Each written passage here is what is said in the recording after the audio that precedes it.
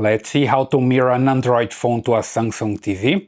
It's very simple. You just need to come here to your TV and make sure that you have it connected to the same router that your phone is connected to, okay?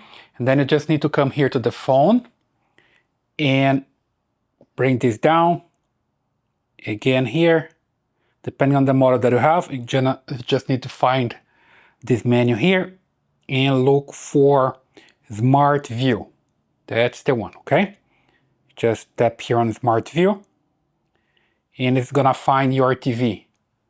They're in the same network, connected to the same router, so it finds here. You just tap on it and wait for it to connect. And you see back there, there's a confirmation on the TV that you need to allow the connection, okay?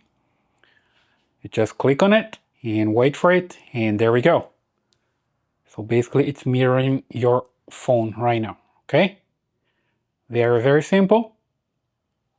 Basically that's the way you can mirror your phone, your Android phone, to a Samsung TV. I hope that helps. Leave your comments here, subscribe, give me a thumbs up, and I see you in the next one.